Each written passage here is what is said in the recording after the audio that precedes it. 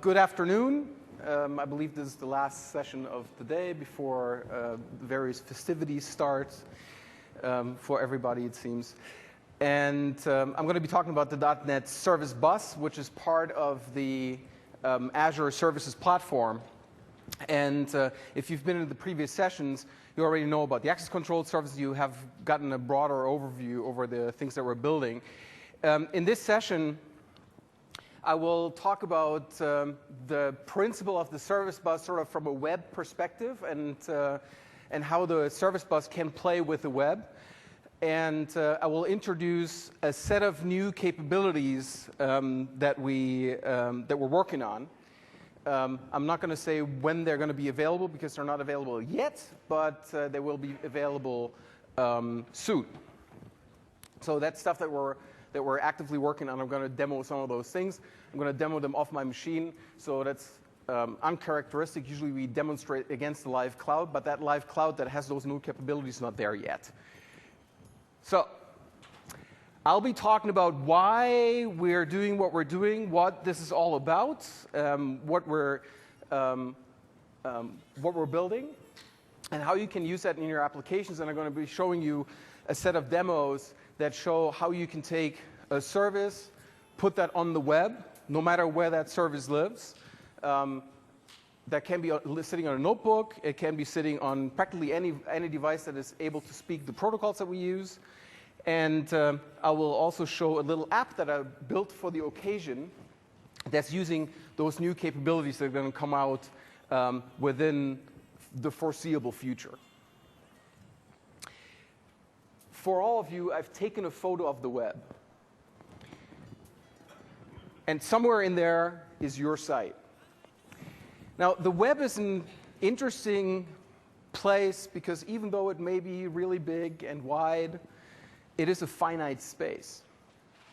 And it's finite because even though it has been promised to me, personally, by very many people, that IPv6 is going to be there tomorrow, that hasn't happened yet.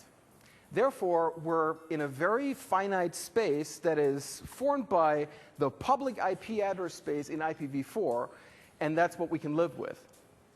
What that means, since that space is very constrained and it's a very finite space, all users are out there.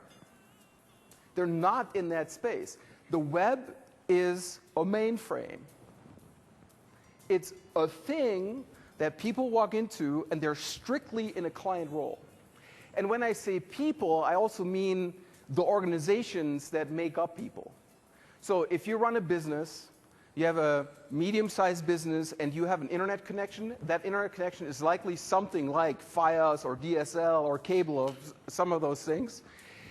And if you're lucky, you're still getting one public IP address that is dynamically assigned to you.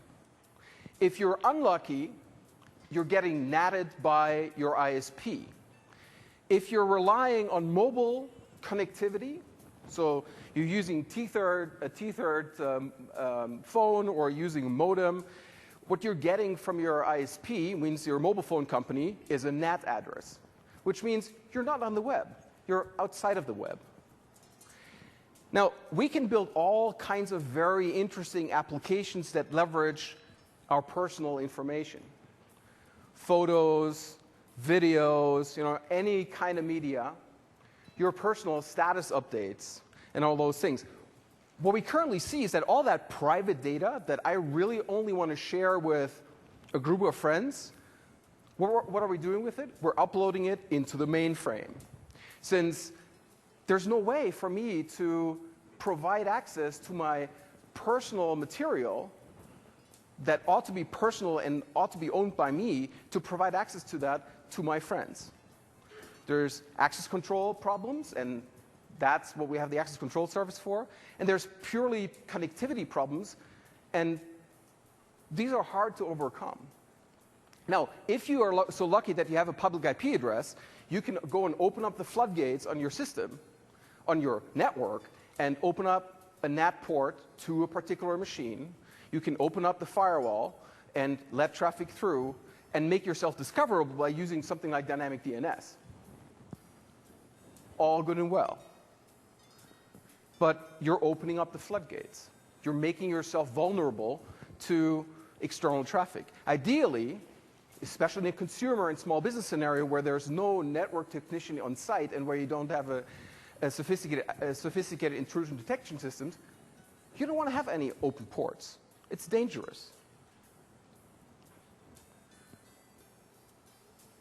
So let's say two people want to talk. I want to get at some business's internal data. I can set up a VPN for that. That's already a pretty sophisticated thing that you need to do. If we're talking about a consumer application, a VPNing into all those individual machines is probably not a viable thing. How do I create connectivity between people in the presence of dynamic IP, NATs, firewalls? How can I make those people talk? How can I take an application? Let's take a business thing. I have a departmental application that sits under there's a server that runs under someone's desk. Now, that departmental application needs to have some integration, collaboration with someone else outside of that company. How is it possible that that departmental server, a single web service or a single page from that service, is presented out to the open internet, something you want to do very intentionally? It's a hard problem, because your IT department has to jump through a bunch of hoops to actually create a path to that machine, and they have to open up the floodgates. That's why they're very reluctant to do so.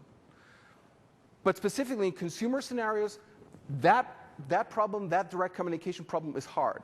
And we see that all the time. Who's solving that? Messenger is, because they allow you to get messages, even though you're behind a firewall. Who is also doing that is Xbox Live. You can obviously communicate, you can get inbound messages that drive your game. Windows Home Server allows you to get at your personal data.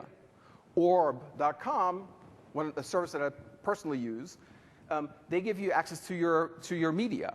All of those services are doing very interesting things with your own data or provide real-time collaboration, and all of them run a relay.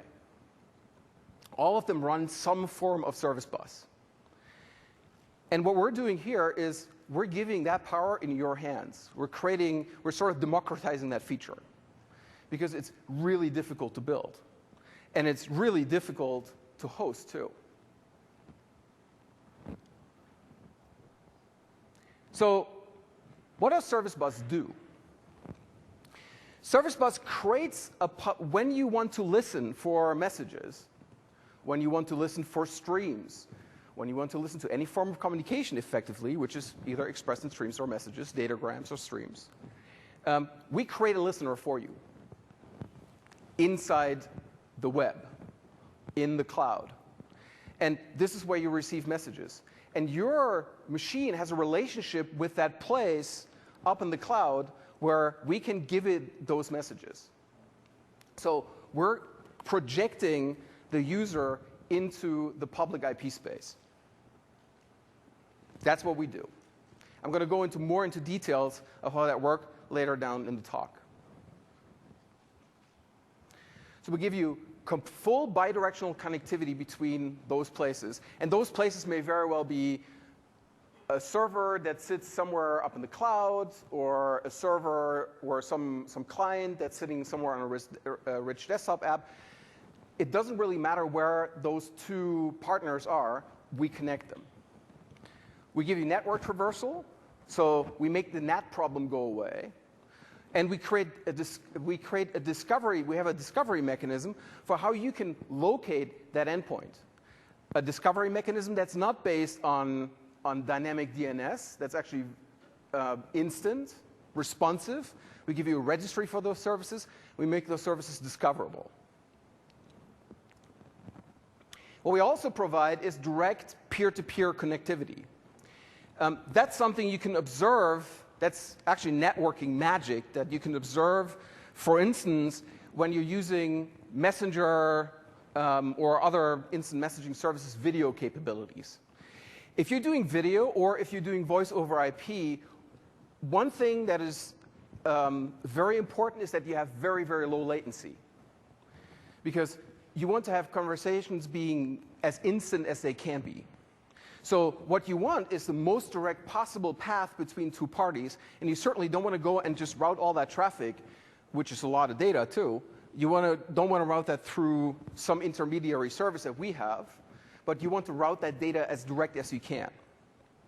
Also, if you want to transfer a lot of data, eventually, as we will announce our business models, you will see that in our charge plans, you will see that there's a component of bandwidth in there. And people have told us they would like to have an option how they can go and just transfer data between themselves without having to pay all that bandwidth up and down all the time. So what we do is the same networking magic that Messenger uses to create a direct socket between two machines that are behind NATs and behind firewalls without opening up a firewall port and without doing anything to the NAT. Configuration-less, direct connection between two machines. I'm going to, and for those who already have used the service bus, there's some news, and I'm going to show you those news in a moment. What we're also doing, we're also supporting is sparsely connected receivers. So you have a receiver, someone who's listening for messages, but that listener comes and goes in and out of the network. You have an application running that sits on your notebook, and you put the notebook to sleep, you wake it back up again, like you live the life of a traveler, or you're just roaming around the conference here. You don't have your computer on at all times. What we're supporting is we sense when you're online or offline. We're actually sitting there waiting for the network connectivity to be restored if there's no network connectivity. And you can, and that's a new capability, you can create a buffer up in the service bus that will hold the messages for you until you come online again. Then we download those messages into your receiver. So we support these online-offline scenarios, which are very common in messaging scenarios and mobile scenarios. We'll also support, and that's something we've supported in a very simple ad hoc multicast kind of way, which is similar in functionality to UDP. It's a spontaneous sort of multicast group that you can create using a particular WCF binding that we have. So that's what we have supported so far, multicast message distribution. What we're working on is a router, which is a proper publish and subscribe model, where you can actually subscribe into a router, and you can either listen on that router, or we push messages from that router out to a website or a web service that you already have in place. So we can now do publish subscribe. We can do publish subscribe either to all receivers to all subscribers on the router, or we can do load balancing, which means we only give that message once. What we also have in the capabilities we're working on is what I call an elastic wire. You have a router, and that router can be buffered. Same thing as for online offline. And so let's say the listener here is connected on some mobile app through some mobile link, or it has some low bandwidth DSL connection, and the sender sends bursts of a lot of data and wants to get rid of that data very quickly.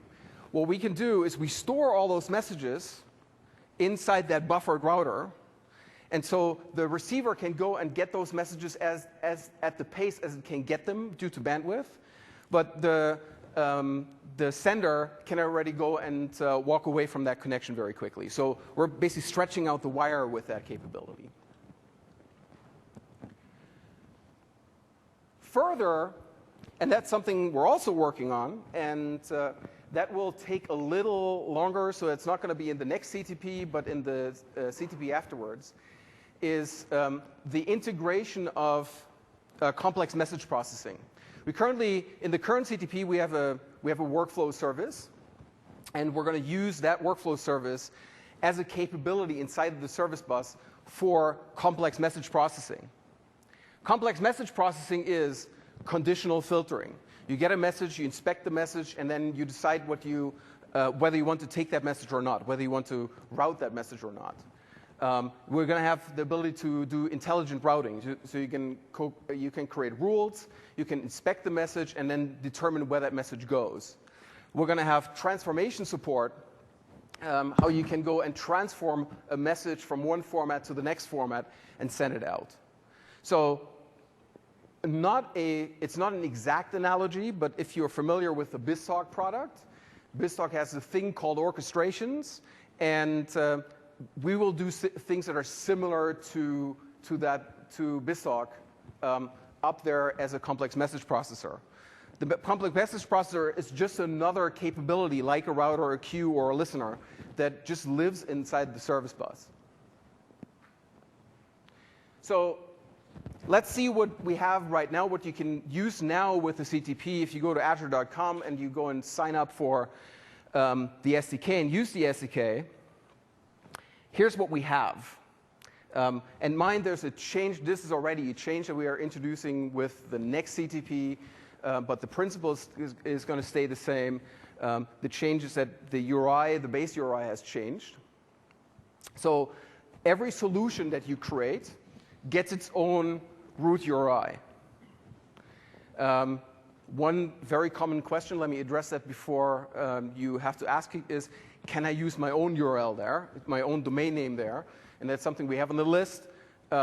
Likely not in, so absolutely not in this CTP, probably not in the next CTP, likely in the CTP afterwards, because that's actually quite a bit of work. And the most of that work is actually related to certificates and HTTPS, because you would have to give us a certificate, and we would have to host your certificate on a particular IP address. So there's some stuff that we need to work out, some protocol work that we need to figure out to make that work right. But we have it on the list. So here's my namespace.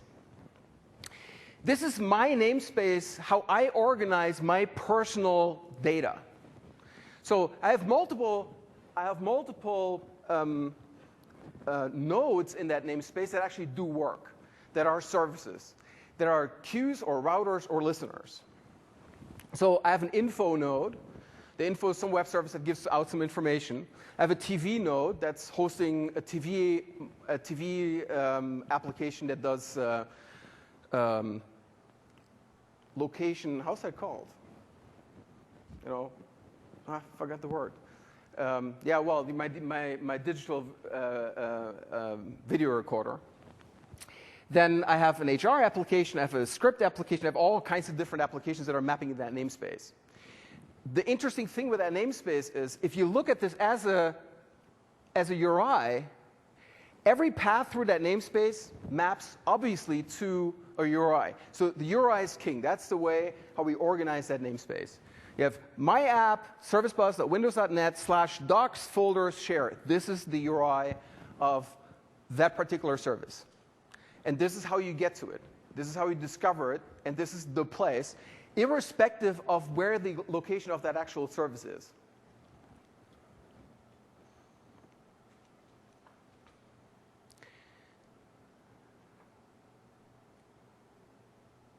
Okay. Let me do that again.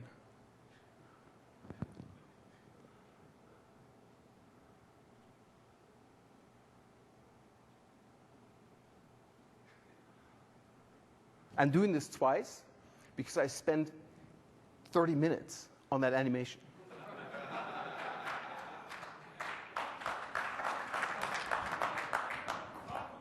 You'll be able to download the slide. That slide is not pretty when you look at it in design mode. The namespace is, that URI is different from any other URIs you may know from the web. Because usually what a URI is a pointer to a particular server or a particular farm, and then the path is about some co-located resources somewhere on that server or on that farm. That's usually what it is. Here, it's something completely different. It's a registry. Here, it's a registry of services within your solution. And those services can live anywhere in the world and basically just plug into that namespace and are accessible through the single naming structure. What's also interesting about this, if you look at this as a registry or as a directory, is there are pieces here in this directory that become active. So you can make them active. You can create functionality within that namespace. You can go and use this registry simply as a store. You can put endpoint references and URIs in there, so you can use that as a proper service registry. Or you can go and put things in there, put routers in there, put queues in there, put listeners in there, and make that registry come alive. So the way you manage that service registry in the web way is using Atom Pub. It's an infinitely nested tree of Atom feeds, and if you want to put something into the service registry, you do a post. If you want to remove something from the service registry, you walk up to that node and do a delete. If you want to go and update that entry, you do a put. It's very simple. If you use one of our WCF listeners, all that management is done for you automatically. And if you want to discover services, you can go and start at any place in that tree and see if discoverability is permitted for that particular node, and see all the information about that particular node, including its policy. The WCF programming experience, and that's what we have today, and that's going to stay. We're actually pretty happy with that at this point, is identical to your on-premises programming experience. So if you're using today WCF with, let's say, the web HTTP binding to implement REST services, you can use exactly the same programming experience with a different binding that looks very much like the standard binding, and start listening on the service bus. The difference between the two is web HTTP binding listens on HTTP sys, which is part of Windows, and then listens on your local port 80. And if you want to have external access to that system, you need to go and open up the firewall port, and you need to go and open up a NAT route to that respective server. The web HTTP relay binding listens immediately on the service bus. HTTP.sys isn't in play here. We're replacing the relationship of that listener with of that binding with HTTP sys. We're replacing that with a relationship to the service bus. So the listener is actually up there in the cloud. And what you're getting with that is the protection that we have for ourselves in the Microsoft data centers. So it's firewalled. It's protected with our intrusion detection systems. So we give you, effectively, an externalized DMZ. So how does this work? Let me switch to the demo one slide earlier than I actually wanted. And before I show the animation, I'm going to show you the thing at work. So here I have a service that's listening. It's called Simple Share Service. That's the demo that John was talking about. And what Simple Share does is basically just shares out a web page, a REST service. And that REST service is a simple Atom service. So let's, so now we're looking at it. It's actually RSS. So it's an RSS service. And we see that there's a link, my share, so let's look at that.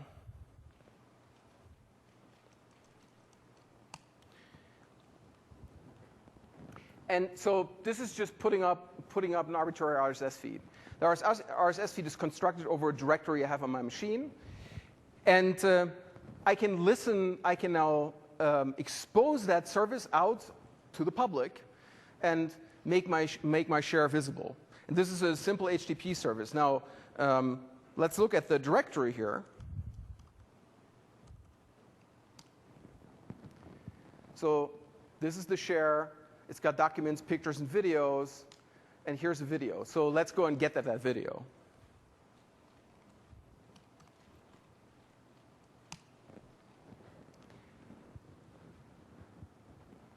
So there's no sound, but this is obviously the grand boss.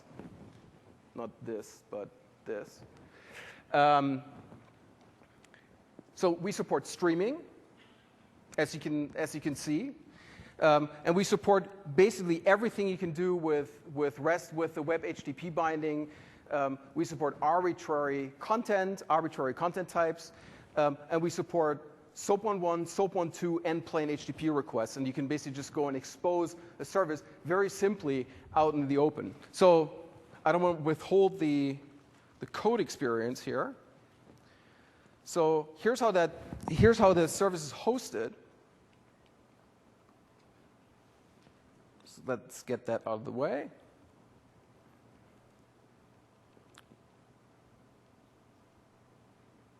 I always need to find it. It is very easy. We're creating a new web service host. It's the same thing as we do with WCF.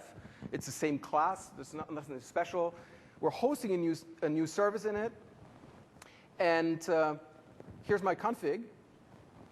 And I'm simply configuring a web HTTP relay binding instead of a web HTTP binding, and that's all I need to do. And I also need to provide the credentials, which I can also do in code, in config, or I can do that in code. But that's really the difference. The difference is just pick a bit different binding, and all of a sudden that service is now open, is now receiving messages from anywhere, and can provide data.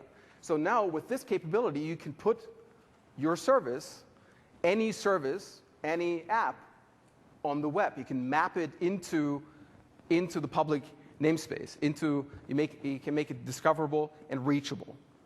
So that's the first thing. How does that work? What we do is we first, from the receiver side, create an outbound connection, an outbound TCP connection, and that is a socket. That socket is registered with our system, and we're maintaining that. We're keeping that open. If the socket collapses, we're recreating it. This is what the receiver does. So we're maintaining the socket connection. The socket connection is something that we call the control connection. When a client comes in and connects, and that's the same mechanism that's being used for our TCP connections and for the HTTP connections, it connects out to one of the machines on the service bus, an arbitrary machine on the service bus, because it's being load balanced. That causes, and now we have the receiver sitting on one machine, and the sender is now sitting on another machine, but we want to connect the two. So what we do is we send a control message to that node where the receiver is sitting. We send a control message down to that receiver and say, hey, someone is waiting for you at this node in the fabric. And then we connect up, and we're creating a relayed socket connection between them. And this is how they talk. So we have no notion of messages really at that level. We're creating more or less a socket connection, and we're layering messaging on top of this, but this is all fundamentally socket-based. And for HTTP, we have an HTTP listener, and that HTTP listener actually does some of the same dance, so we're only doing half of that work for the HTTP case. So the client comes in with a browser with HTTP to our system, and then we go and contact the receiver and say, hey, we have a request for you, or we have a session for you. How about you go and start joining up here and fetch your requests. So there are a few principles around here. We, by principle, don't need any inbound firewall and NAT ports. You can stay completely stealthy, and nobody will know that you're there on the network, but you can still listen, because everything is outbound. We're not defeating any firewalls. We're not doing anything to the firewalls. We're doing nothing bad. We're just giving you the capability of listening out in the public space. We're protecting that traffic. All this listener traffic is always protected by SSL as a matter of principle. So nobody can actually go and see this. You're getting a secure channel into the cloud, and on that secure channel, we're sending you the messages down. The outbound connections we make are using a particular range of ports. Those ports are currently in the 800 range. They're going to move eventually to a range somewhere in the 9,000s. But these are just TCP ports. In the release we're currently working on, we will have a way to a workaround, sort of, if those TCP ports are blocked. You will still be able to connect. I can't talk about details of that capability just yet, only when we are actually releasing the capability, but that's going to be interesting. The developer impact is going to be mostly zero, in that it will just work. And all services are secured by default using the access control service. So let's do another. So we already saw one of the demos. We're going to look at another one. And that's about direct connections. This is the direct peer-to-peer connection, and that sample actually conveniently illustrates NetTCP or NetTCP relay binding, and also the direct connect mode. So here I have a service. The service isn't very exciting. What it does is here actually exactly nothing. It's just there as a messaging target, so we can send a lot of messages to it. And the client goes and connects up to that service and sends a lot of messages to it. So it just goes and here sends hello messages, and after some 250 milliseconds, it prints out the count of how many messages were sent. Now the noteworthy piece here is this, where we have now, and that's a new thing, a connection status object that sits on that channel that you can get and that you can subscribe to, and you will learn when that connection has been upgraded. Upgrade means, in that context, that we have been able to create this direct connection, so all of these connections start relayed. Under the covers, we try to negotiate this direct socket connection between those two parties, which are sitting behind NATs and firewalls. And if we upgrade, we're going to fire that event. So I'm going to show that at work. So I'm going to use the credentials of the other demo I'm going to show later.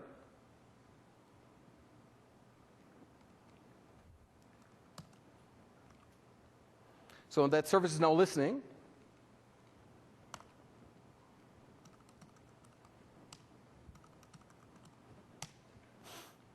And now it's sending messages, and there's already the upgrade.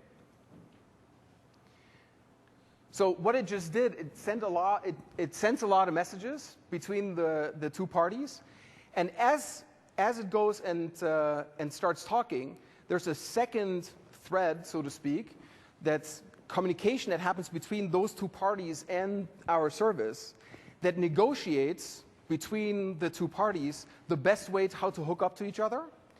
If they are sitting within the same subnet, we'll connect them directly.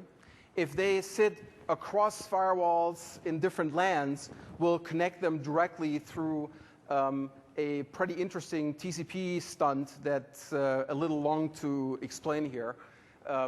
And if you can watch my PDC session online, I think the code is BB12. It's up there on the PDC website, and I'm explaining that a little more there. So here, I've just created that direct connection. So if you want to do VoIP, if you want to do video, if you want to do any of those things, you can use that connection. And you can also detect when that connection actually upgrades. Now, you can, if you want to have that in a fault-resilient way, because that socket may always break, right? So you want to keep sending if that socket breaks. You can add reliable messaging on it. You can simply turn the reliable session flag on the binding. And what that does is it creates the WSRM, the reliable messaging channel on top of this, which will go and reestablish that connection once the connection gets dropped. So you can even make that reliable. And Shai Cohen, who sits in the back, was actually one of the fathers of that channel. This is why he was just so happy that I mentioned it.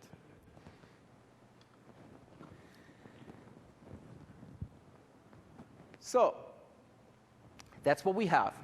Except for that iConnection status behavior thing, how you can go and detect when the upgrade happens, all of the things that I showed you are just out there, and you can go and build services with it. Here's stuff we're working on. We will now have queues. Number one requested features from customers. They said, I want to have a queue. Now, this is not a queue as in there's a specific service named a queue. This is just a thing you can create in the service bus. You can make one name behave like a queue. So here's how that works. The manager goes out, and the manager being some application that may be the sender, that may be the receiver, it may be a third-party app, creates a queue policy and puts that queue policy at some name into the namespace. So myapp.servicebus.windows.net/myqueue. You simply go and put a policy there. How do you put the policy there? Atom pub. So you create a little queue policy element. That queue policy element goes into an Atom pub entry, and you basically post that onto the service registry. Once you've done that, a queue appears in that place. And then you can start sending messages to that queue. The sender then sends a message into that queue. That's very simple. What messages can be sent? How can they be sent? Well, you can do a simple HTTP post, or put, or delete, not a get. Anything that doesn't have get semantics, you can use. There's nothing special associated with it. Any request will do. We'll just stick that into the queue. Maximum, there's a size limit, 64K, can't do more. We don't support streaming, obviously, into a queue because we're holding those messages. And you can also use our TCP bindings with a queue and talk to that queue. The receiver can then go and dequeue. And that is a simple operation. There's actually two kinds of operations, how you can get those messages. So let's look at that in a little more detail, how that actually looks. You have in the service registry, you have this entry. When you go and look this up in the service registry, this is what you're going to find. You're going to find a link, an alternate link, that's the name of the queue. That's the queue's tail. So when you put the policy there, that name in the namespace turns into the queue's tail. There's a self link, which is the navigation path sort of through our Atom feed, which has this exclamation mark, parenthesis, queue behind it. That's how you interact with the management endpoint, which means this is how you get at this policy and can manipulate it. There's a queue head, and the queue's head is where you get messages from the queue. So there's 3 resources in play for every queue. But then making it 3 resources makes the protocol very simple because it's really only REST. And the queue policy, we're going to see a queue policy in the demo a little bit later. That queue policy is how you define how the queue ought to behave and what are special capabilities that you want out of that queue. The queue tail protocol is anything but get. Just go and send messages to it. It always yields a 202 accepted, at least by principle. We're finding that a lot of clients don't like 202s, but they only like 200, so we're currently considering to change that into a 200, even though that's incorrect. Because, for instance, Silverlight will say, will happily send that request and then throw a web exception that says not found, because it doesn't like the 202. It wants to see a 200. The queue-head protocol has two variations. There's a delete and there's a post. Now, that seems strange at first, but it's actually pretty logical. What the queue-head resource is sort of the first message that's in the buffer, the next message that's out there for retrieval. That's what that resource identifies.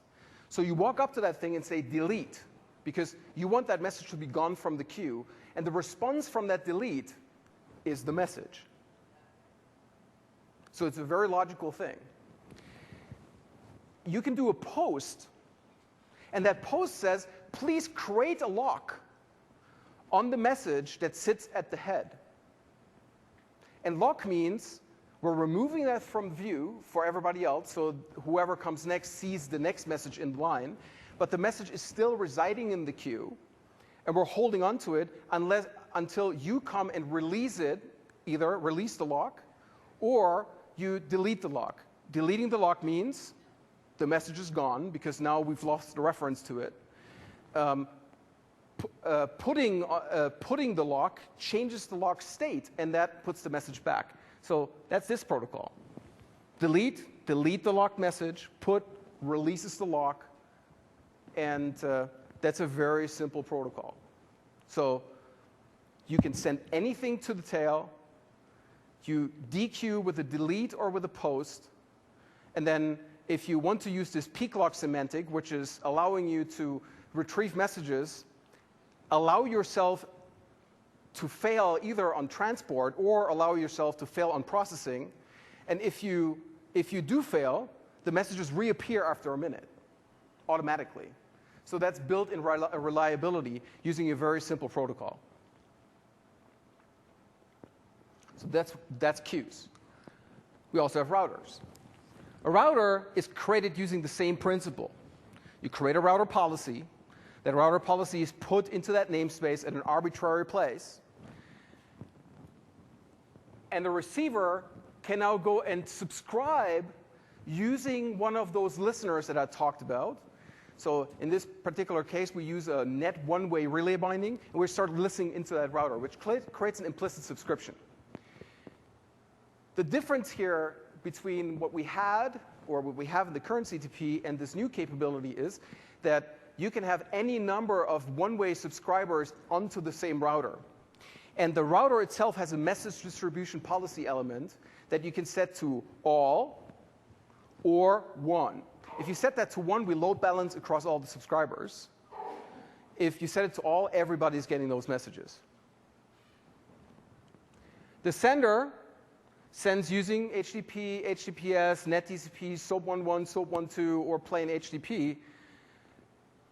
We're sending that message in, we're routing it, and then we're routing it down to that subscriber, to that listener. So that's the case for if you are behind NAT or firewall. Now, very many applications are obviously out there on the web and have existing web services, and you don't want to go and change them.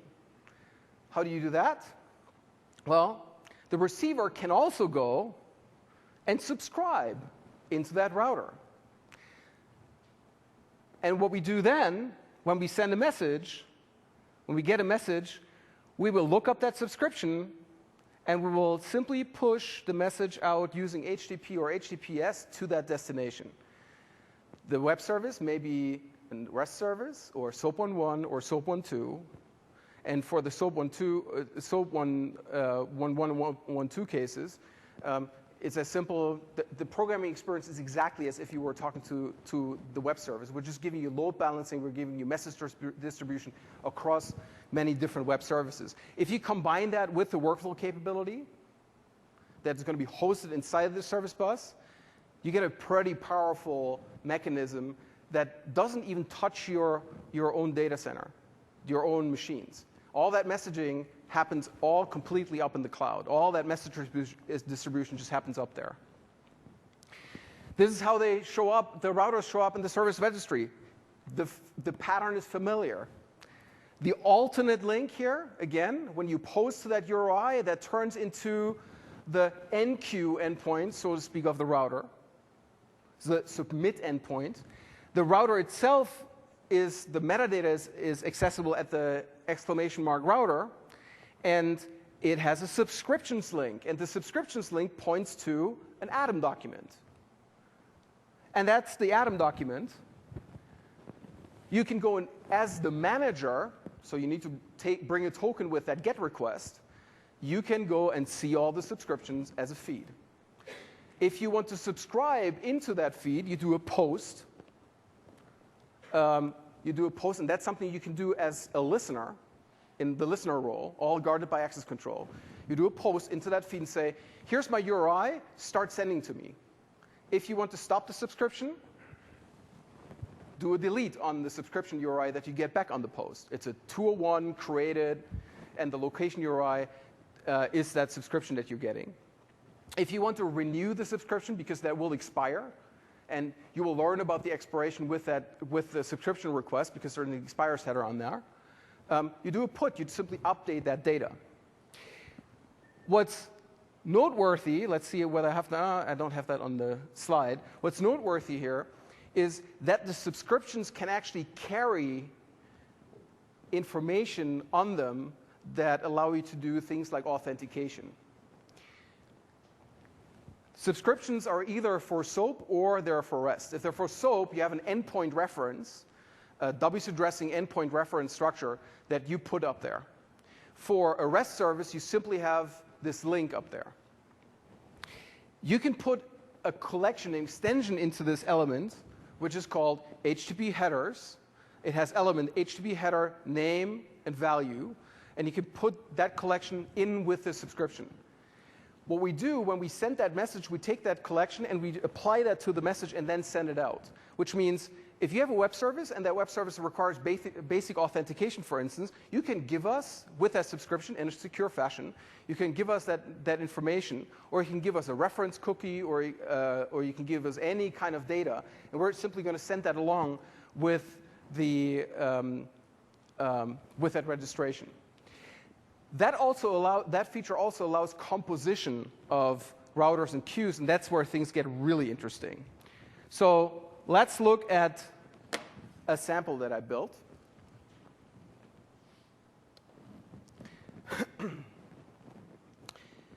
And that sample is, let me just verify that I'm not running it. Oh, I am.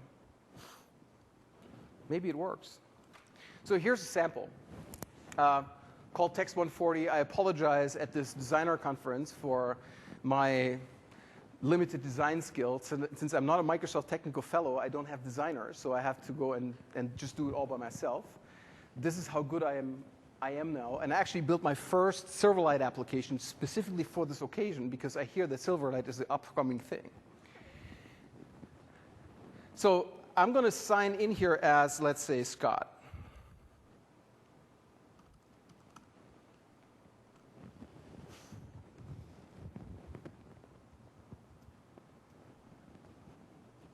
So here's Scott. Scott has some messages already.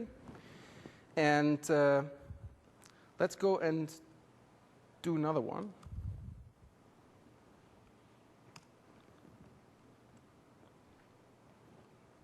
Automatically picked up the cookie. Very sophisticated. Let's call this my test.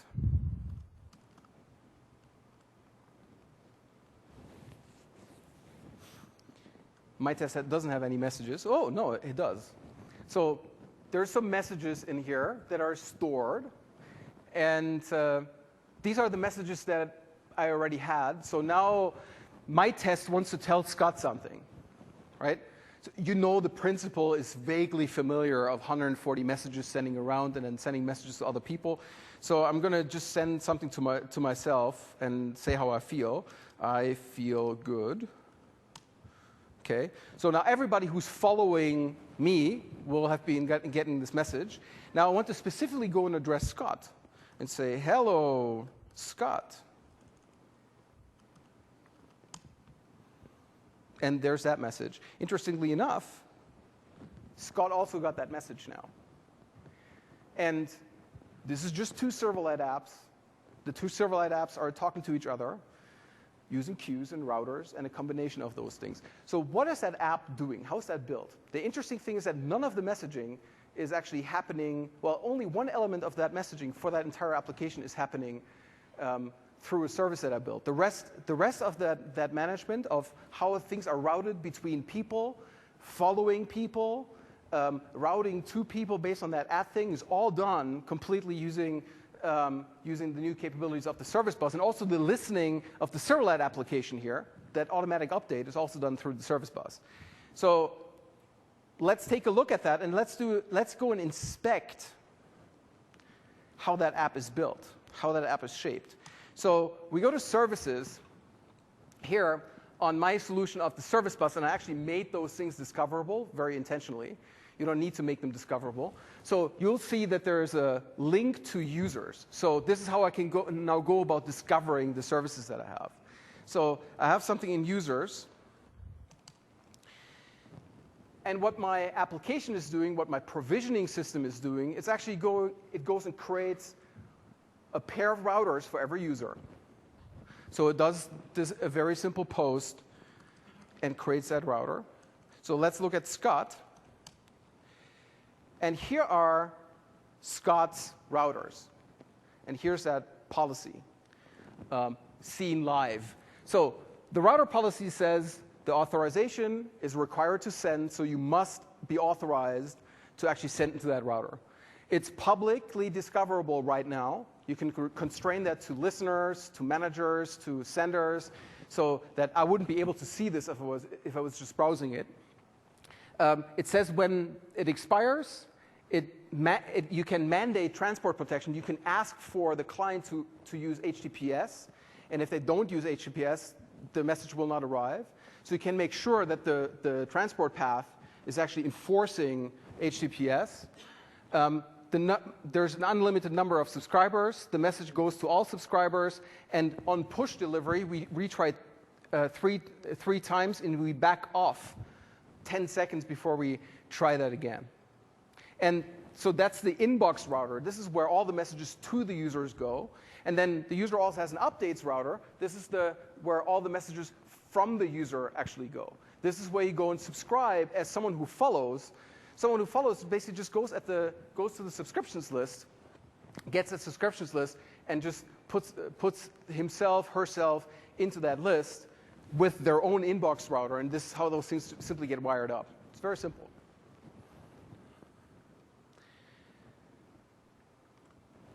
What you'll also notice that there's a private branch here. And if I go to private, there's an inbox and an update subtree. And that inbox and an updates subtree has nothing visible in it. And this is how I hook up the serverless application. Now, inside a serverless application, I don't want to put some kind of secret. Right? The service bus requires authentication, but how do you do that from serverless? How do you do that from a rich internet application? Rich internet applications, if the application wants to authenticate itself against a resource, you can't put a credential in there. It's impossible, because someone was going to steal it and abuse it. So how are we solving that problem?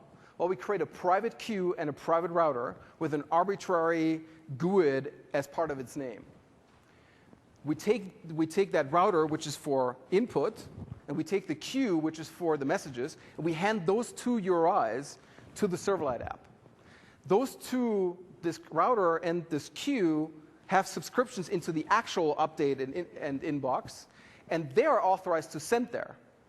And we make them very, very short-lived, so that when the user navigates away from the page, the routers and that private router and private queue just goes out of existence. And that's how we're solving that problem. We're creating an unauthenticated endpoint over an authenticated endpoint. We make it very short-lived. only for as long as the application is around. The application will go and send, the serverless application goes and sends a little keep alive, I'm still here ping every minute to say, hey, I'm still here. And this is how we'll renew those routers. If that ping doesn't happen, we'll let that router go automatically. So also, that principle is very simple, and it's all based on composition. What I also have here is a feed store. And that feed store holds, for instance, Scott's messages. The messages that I'm sending around in this application are simple Atom entries of this shape. So they contain the text in the title and in the content. In other words, they're just normal Atom entries. So I'm doing an Atom post on my updates router. That gets propagated to all my subscribers, all the people who follow me. They get that post into their inboxes. I have another subscriber, the feed store, that subscribes into my updates, and that's how that gets propagated. The feed store is just an Atom document. I'm using Atom pub in the right way to actually go and populate that feed store. So a few very simple elements. So if we look at the anatomy of that service, everybody gets their own inbox and updates. There's this private queue and the private router.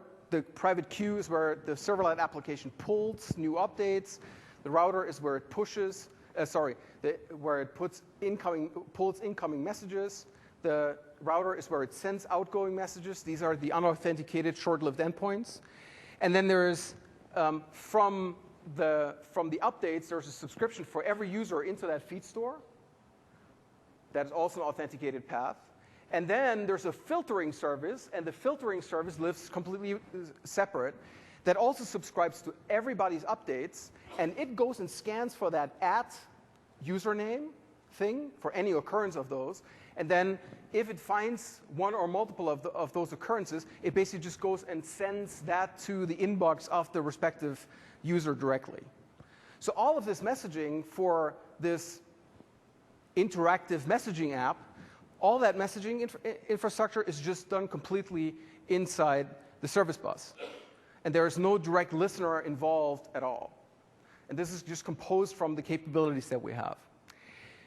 Now mind that those routers can be buffered.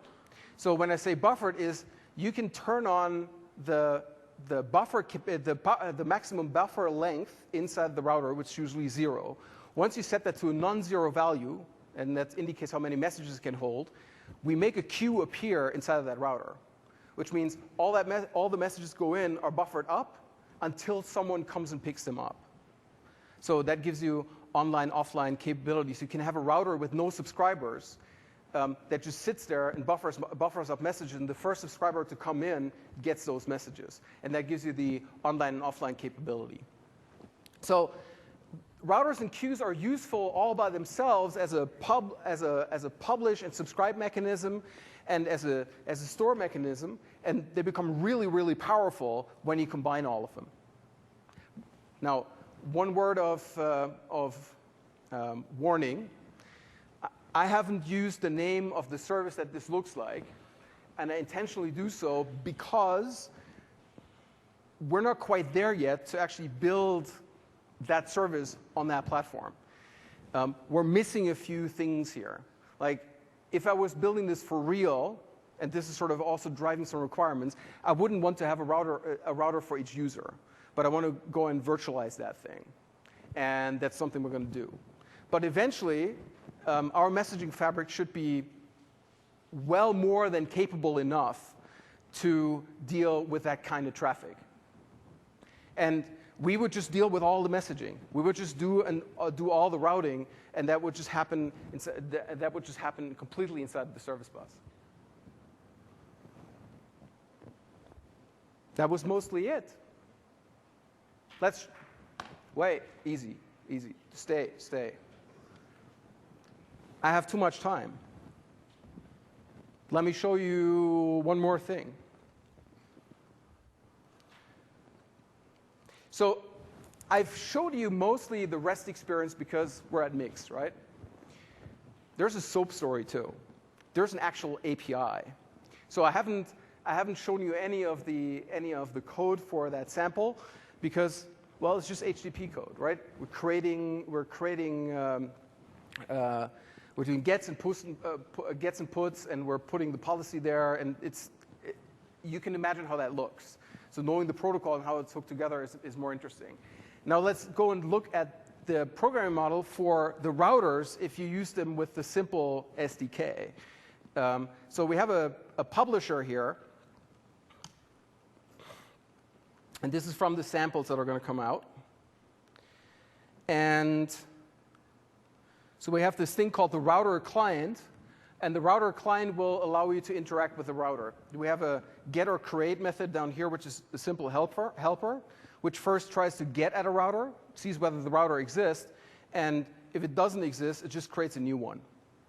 And there's a router management client that allows you to get at this. This is the thing that interacts with the service registry, and you pass in a router policy, and you pass in the router's URI, and that makes the router just appear. So you get that router.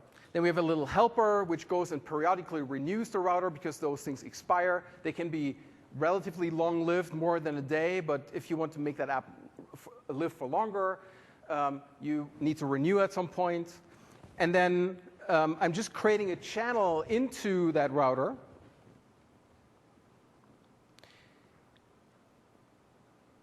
To send. It's very simple. So I create a router client here, and router client means I want to send data. I want to send data into that router, and I'm simply sending messages into it. How do I receive? Well, two major ways. Let's look at that. Again, I get the router. So here in this sample, I'm assuming that the router already exists. I'm creating a host that subscribes. I'm adding a router service endpoint that's just a helper function that we built. I'm adding that endpoint into the router, which sort of creates that subscription. And then I open the host, and now I'm ready to listen for messages. This is one subscription. And I can go and have multiple instances of those, because they all have unique names. Let's go and start this quickly. So I have a publisher. I'm going to use the same credentials here. So the router is now set up and is ready for business. And now we're going to go and start this. Oops. Here's one that's listening. Let's go and start another one.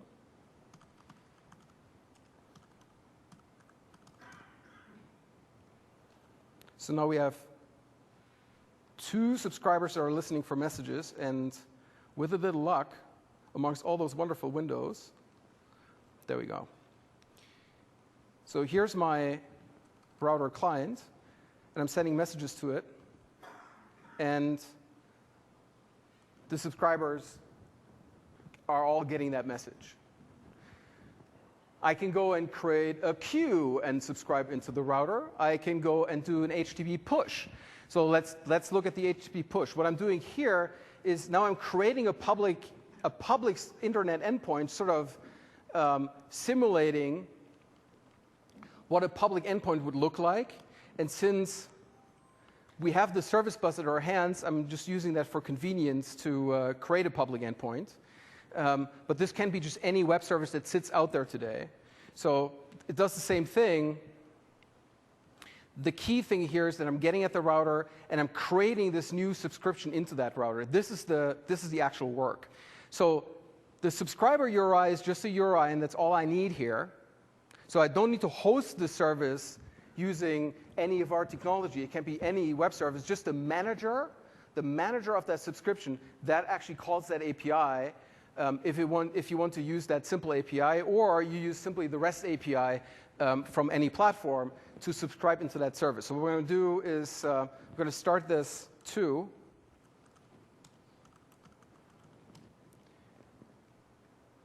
So now this is listening at HTTPS, text 140, Zurich, test, blah, blah, blah, in my router subscriber, and then there's a very long GUID here on this side. So it's a unique one. But this is now a public endpoint.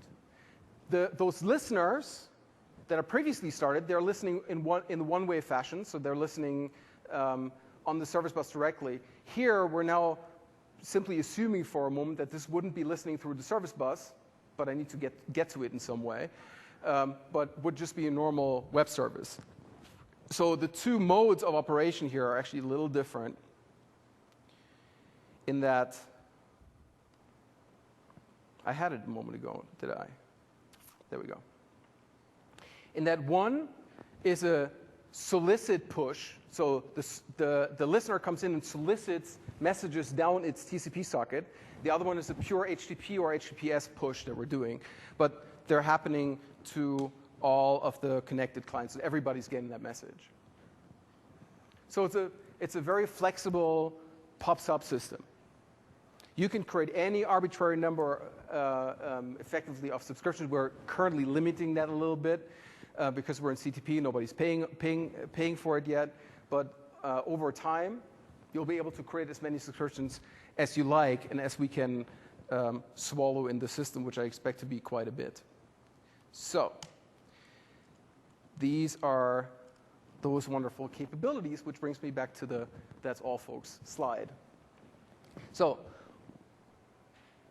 the things we're working on, routers, queues, better connectivity options, vastly improved direct connect, peer-to-peer connectivity.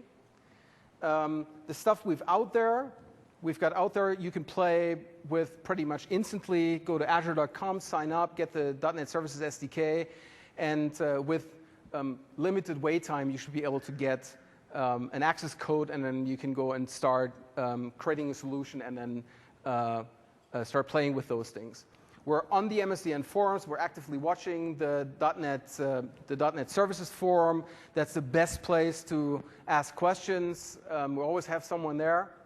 And I'll be posting snippets of this application, not the entire application, because it's a little convoluted, but the essential snippets of that application. I'm going to put that on my blog. I've decided to blog again a little bit, just because now I have stuff to talk about. And that's it. Any questions? Yes? So, I fast forward a couple of years from now, and, I just needed the service bus to connect all kinds of services to support my business. And how do I get a sense of how healthy the operation of my composite applications are, and understand, I trust the service bus with the greatest LA. How do I gain operational insight into the system? No, not the service bus itself, but the services. Oh, the services that's behind there. So how do I gain operational insight into those services? How do I manage? Now, that's an interesting question. So we will give you tools to supervise how to look into how the service bus, how your solution is doing. We're already collecting a lot of that data. I should stress that we're not storing or looking at any of the messages per se. We're basically just tracking statistics, sizes of messages, etc. We're already collecting that information. We're going to make that information available to you before we go live. So in one of the next CTPs, in some management UI that you're going to get, and likely some service that you'll be able to call. Now, how do I manage services which are routed through the service bus? And the simple answer there is expose an endpoint. And management is actually an interesting point here. How do you create a system where you can go and reach into the laptops of a distributed sales force or distributed workforce? How do you manage 5,000 notebooks that are simply out there somewhere in nowhere land, where you have someone whose technical abilities are pretty much constrained to email and PowerPoint, and they come to you and say, they call your help desk and say, I have a problem. How do you look into that machine to see what's going on when you know that they're sitting in some hotel lobby? How do you get to it? Well, it turns out we have a way for that machine to stick its head out and make it reachable. We have a way with the service bus to expose management services that you can actually go and look into. We can put any machine that you own on the web. So the management question is a yes, very much so. You can absolutely do this, and it's actually a great enabler for those management scenarios. It's something that isn't immediately obvious, but that's one of the key problems that this is also solving, making machines manageable, providing insight into those machines without those machines having to be connected in a special way. Someone calls you and says, my VPN isn't working. Well, we have a way to create connections. If we sniff a little bit of network, we can usually get out. And so we're much more aggressive about being able to connect. So we're giving you that path to actually get to that in foreign networks, in foreign NATs. More questions? I'm sure there are some. At least one, please. Okay. Well, then thank you very much for your attention, for coming.